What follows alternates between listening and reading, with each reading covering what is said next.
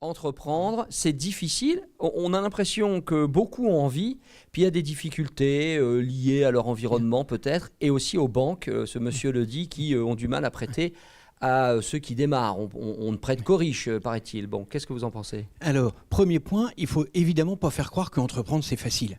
Entreprendre, c'est vrai que c'est difficile, mais je suis résolument optimiste. On a actuellement en France, c'est une évolution sociologique aussi, une vague d'entrepreneuriat. Parce que les jeunes, notamment, veulent prendre leur vie en main, et donc ils veulent entreprendre leur vie. Et donc entreprendre, c'est éventuellement être patron, mais c'est aussi construire leur parcours de vie, et donc travailler à certains moments, arrêter à d'autres, changer de statut, passer de l'entreprise à la fonction publique, celle de la fonction publique à l'entrepreneuriat et autres. Mais tout le monde peut le faire, ou il faut quand même avoir un supplément d'âme pour entreprendre, ne pas avoir peur de l'échec et tous ces aspects-là? C'est évident que derrière, comme derrière toute usine que vous voyez, derrière tout immeuble du bureau, il y a quelqu'un qui a entrepris, donc c'est quelqu'un qui a osé. C'est quelqu'un qui prend des risques. Le deuxième point, c'est quelqu'un qui sait tracer la route.